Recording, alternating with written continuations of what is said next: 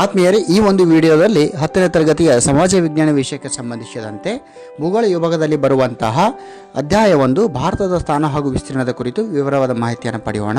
ಈ ಅಧ್ಯಾಯದಲ್ಲಿ ಬರುವಂತಹ ಹಲವಾರು ಅಂಶಗಳು ಸ್ಪರ್ಧಾತ್ಮಕ ಪರೀಕ್ಷೆಗೂ ಕೂಡ ಅತ್ಯಂತ ಉಪಯುಕ್ತವಾಗಿದ್ದು, ಈ ಒಂದು ವಿಡಿಯೋವು 10ನೇ ತರಗತಿಯ ವಿದ್ಯಾರ್ಥಿಗಳಿಗೆ ಹಾಗೂ ಸ್ಪರ್ಧಾತ್ಮಕ ಪರೀಕ್ಷೆಯನ್ನು ಎದುರಿಸುತ್ತಿರುವಂಥ ವಿದ್ಯಾರ್ಥಿಗಳಿಗೆ ಅತ್ಯಂತ ಉಪಯುಕ್ತವಾಗಿರುವಂಥದ್ದು.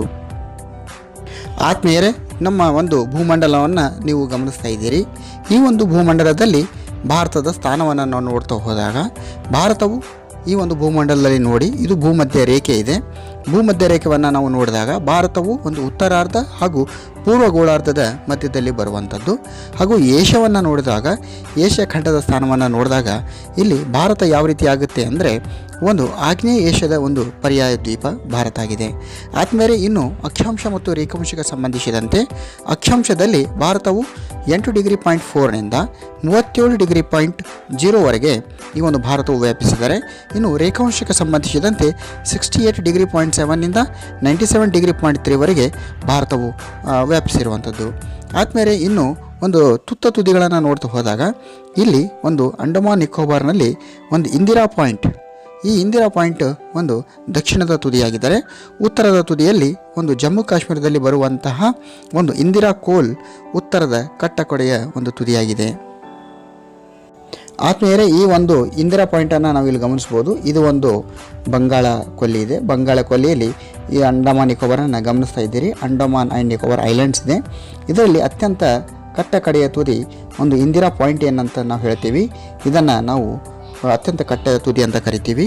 ತಾವು ಗಮನಿಸ್ತಾ ಇದ್ದೀರಿ, ಇಲ್ಲೊಂದು ಇಂದಿರಾ ಬಜಾರ್ ಅಂತ ಕೂಡ ಒಂದು ಇದೆ. ಇಲ್ಲಿ ಕಟ್ಟ ಕಡೆಯ ತುದಿಯನ್ನು ನಾವು ಇಂದಿರಾ ಪಾಯಿಂಟ್ ಅಂತೀವಿ. ಅದೇ ರೀತಿಯಲ್ಲಿ ನಾವು ಉತ್ತರದ ತುದಿಯನ್ನು ಈಗಾಗಲೇ ನಾವು ಹೇಳಿದ್ದೀವಿ, ಇಂದಿರಾ ಕೋಲ್ ಅಂತ. ಈ ಒಂದು ಇಂದಿರಾ ಕೋಲ್ ಎಂಬ ತುದಿಯನ್ನು ಒಂದು ಜಮ್ಮು ಕಾಶ್ಮೀರಿನ ಅತ್ಯಂತ ತುತ್ತ ತುದಿಯಲ್ಲಿ ನಾವು ಇದನ್ನು ಕಾಣ್ತೇವೆ. ಇಲ್ಲಿ ಇಂದಿರಾ ಕೋಲ್ ಎಂಬ ಒಂದು ತುದಿಯು ಬರುವಂಥದ್ದು. ಆದಮೇಲೆ ಇನ್ನು ಮುಂದುವರೆದಂತೆ ಈ ಒಂದು ವಿಸ್ತೀರ್ಣಕ್ಕೆ ಸಂಬಂಧಿಸಿದಂತೆ ಯಾವ ರೀತಿ ಇದೆ, ಈ ಒಂದು ವಿಸ್ತೀರ್ಣಕ್ಕೆ ಸಂಬಂಧಿಸಿದಂತೆ ಭಾರತವು ಈ ಒಂದು ಪೃಥ್ವಿಯಲ್ಲಿ 7ನೇ ಅತಿ ದೊಡ್ಡವಾದ ಒಂದು ದೇಶವಾಗಿದೆ. ಇನ್ನು ಭಾರತಕ್ಕಿಂತ ಅತಿ ಹೆಚ್ಚಿನ ವಿಸ್ತೀರ್ಣ ಹೊಂದಿರುವಂಥ ರಾಷ್ಟ್ರಗಳನ್ನು ನೋಡ್ತಾ ಹೋದಾಗ, ಪ್ರಥಮ ಸ್ಥಾನದಲ್ಲಿ ನಾವು ರಷ್ಯಾವನ್ನು ಕಾಣ್ತೇವೆ. ರಷ್ಯಾ ಇದೆ. ಎರಡನೇದು ಕೆನಡಾದ ಬರುತ್ತದೆ. ಈ ಕೆನಡಾವನ್ನು ನಾವು ಇಲ್ಲಿ ನೋಡ್ತೇವೆ. ಕೆನಡಾ ಅತ್ಯಂತ 2ನೇ ಅತ್ಯಂತ ಒಂದು ವಿಸ್ತೀರ್ಣದಲ್ಲಿ ದೊಡ್ಡ ರಾಷ್ಟ್ರ ಇದೆ. ಮೂರನೇದು ಚೀನಾ ಇದೆ. ಆದಮೇಲೆ ಅದು ಏಷ್ಯಾದಲ್ಲಿ ಬರುವಂಥದ್ದು. ನಾವು ಏಷ್ಯಾದಲ್ಲಿ ನೋಡೋಣ. ಇದು ಚೀನಾ ಇದೆ, ಮೂರನೇದು ಅತ್ಯಂತ ದೊಡ್ಡ ವಿಸ್ತೀರ್ಣ ಹೊಂದಿರುವಂಥ ರಾಷ್ಟ್ರ. ಅದಾದಮೇಲೆ ಅಮೇರಿಕಾ ಬರ್ತದೆ. ತಾವು ಗಮನಿಸ್ತಾ ಇದ್ದೀರಿ, ಈ ಒಂದು ಗ್ಲೋಬ್ನಲ್ಲಿ ಇದು ಅಮೇರಿಕಾ ಇದೆ. ಅದಾದ ನಂತರ ಮುಂದೆ ಬರುವಂಥದ್ದು ಬ್ರಾಜಿಲ್ ಇದು ಅತ್ಯಂತ ವಿಸ್ತೀರ್ಣ ಹೊಂದಿರುವಂಥ ಮುಂದಿನ ರಾಷ್ಟ್ರ. ಹಾಗೂ ಅಂತಿಮವಾಗಿ ಆಸ್ಟ್ರೇಲಿಯಾ ಇದೆ. ತದನಂತರ ಬರುವಂತಹ ರಾಷ್ಟ್ರ ಭಾರತ. ಇನ್ನು ವಿಸ್ತೀರ್ಣಕ್ಕೆ ಸಂಬಂಧಿಸಿದಂತೆ ಭಾರತ 32,87,263 ಚದರ ಕಿಲೋಮೀಟರ್ ವಿಸ್ತೀರ್ಣವನ್ನು ಹೊಂದಿದ್ದು, ಇದು ಪ್ರಪಂಚದ 2.42% ಕವರ್ ಮಾಡ್ತದೆ. ಆದಮೇಲೆ ಇನ್ನು ಪೂರ್ವದಿಂದ ಪಶ್ಚಿಮಕ್ಕೆ ಹಾಗೂ ಉತ್ತರದಿಂದ ದಕ್ಷಿಣಕ್ಕೆ ಇದರ ಒಂದು ಉದ್ದವನ್ನು ನಾವು ನೋಡ್ತಾ ಹೋದಾಗ, ತಾವಿಲ್ಲಿ ಗಮನಿಸ್ತಾ ಇದ್ದೀರಿ ಈ ಒಂದು ಮ್ಯಾಪ್ನಲ್ಲಿ, ಇಲ್ಲಿ ಉತ್ತರದಿಂದ ದಕ್ಷಿಣಕ್ಕೆ 3,214 ಕಿಲೋಮೀಟರ್ ಒಂದು ಉದ್ದ ಇರುವಂಥದ್ದು ವಿಶಾಲವಾದ ಭಾರತ. ಇನ್ನು ಪೂರ್ವದಿಂದ ಪಶ್ಚಿಮಕ್ಕೆ, ಇಲ್ಲಿ ಪೂರ್ವದಿಂದ ಒಂದು ಪಶ್ಚಿಮಕ್ಕೆ ನೋಡಿದಾಗ ಇಲ್ಲಿ 2,933 ಕಿಲೋಮೀಟರ್ ಒಂದು ಉದ್ದವನ್ನು ಇದು ಹೊಂದಿದೆ. ಆದಮೇಲೆ ಇದು ಒಂದು ಭಾರತದ ಒಂದು ಚಿತ್ರಣವಾಗಿದ್ದರೆ, ಇನ್ನು ಇದರ ಮೇರೆಗಳನ್ನು ನಾವು ನೋಡೋಣ. ಈ ಮೇರೆಗಳನ್ನು ನೋಡೋದಕ್ಕಿಂತ ಮುಂಚೆ ಭಾರತದ ಮಧ್ಯದಲ್ಲಿ ಆದಮೇಲೆ ಅತ್ಯಂತ ಪ್ರಮುಖವಾದ ಅಂಶ, ಭಾರತದ ಮಧ್ಯದಲ್ಲಿ ಕರ್ಕಾಟಕ ಸಂಕ್ರಾಂತಿ ವೃತ್ತವು ಹಾಯ್ದು ಹೋಗಿರುವಂಥದ್ದು. ಇದನ್ನು ನಾವು ಗಮನಿಸ್ತೇವೆ. ಇದು ಪರೀಕ್ಷಾ ದೃಷ್ಟಿಯಿಂದ ಅತ್ಯಂತ ಪ್ರಮುಖವಾದ ಅಂಶ. ಇನ್ನು ಮುಂದುವರೆದಂತೆ ಸ್ನೇಹಿತರೆ, ಆದಮೇಲೆ ಇನ್ನು ಒಂದು ಭಾರತದ ಒಂದು ಸರಹದ್ದನ್ನು ನೋಡಿದಾಗ, ಭೂಮೇರೆಯನ್ನು ನೋಡಿದಾಗ, ಒಂದು ಭೂಮೇರೆಯು 15,200 ಕಿಲೋಮೀಟರ್ ಒಂದು ಭೂಮೇರೆಯನ್ನು ಹೊಂದಿದೆ. ತಾವಿಲ್ಲಿ ಗಮನಿಸ್ತಾ ಇದ್ದೀರಿ, ಇದು ಒಂದು 15,200 ಕಿಲೋಮೀಟರ್ ಭೂಮೇರೆಯನ್ನು ಹೊಂದಿದ್ದು. ಇನ್ನು ಕರಾವಳಿಯನ್ನು ನೋಡಿದಾಗ, ಇಲ್ಲಿ ಕರಾವಳಿ ನೋಡಿದಾಗ ನಮಗೆ ಒಟ್ಟು 6,100 ಕಿಲೋಮೀಟರ್ ಒಂದು ಕರಾವಳಿ ಸರಹದ್ದನ್ನು ಭಾರತವು ಹೊಂದಿದ್ದು, ವಿಶಾಲವಾದ ಭಾರತ ಇದಾಗಿದೆ. ಆದಮೇಲೆ ಇನ್ನು ಅಂಡಮಾನ್ ನಿಕೋಬಾರನ್ನು ನಾವು ಪರಿಗಣನೆಗೆ ತೆಗೆದುಕೊಂಡಾಗ, ಇಲ್ಲಿ 7,516 ಕಿಲೋಮೀಟರ್ ಕರಾವಳಿಯನ್ನು ಇದು ಹೊಂದಿರ್ತದೆ. ಇನ್ನು ಇಲ್ಲಿ ಅರಬ್ಬಿ ಸಮುದ್ರ ಇದೆ ಹಾಗೂ ಬಂಗಾಳ ಕೊಲ್ಲಿ.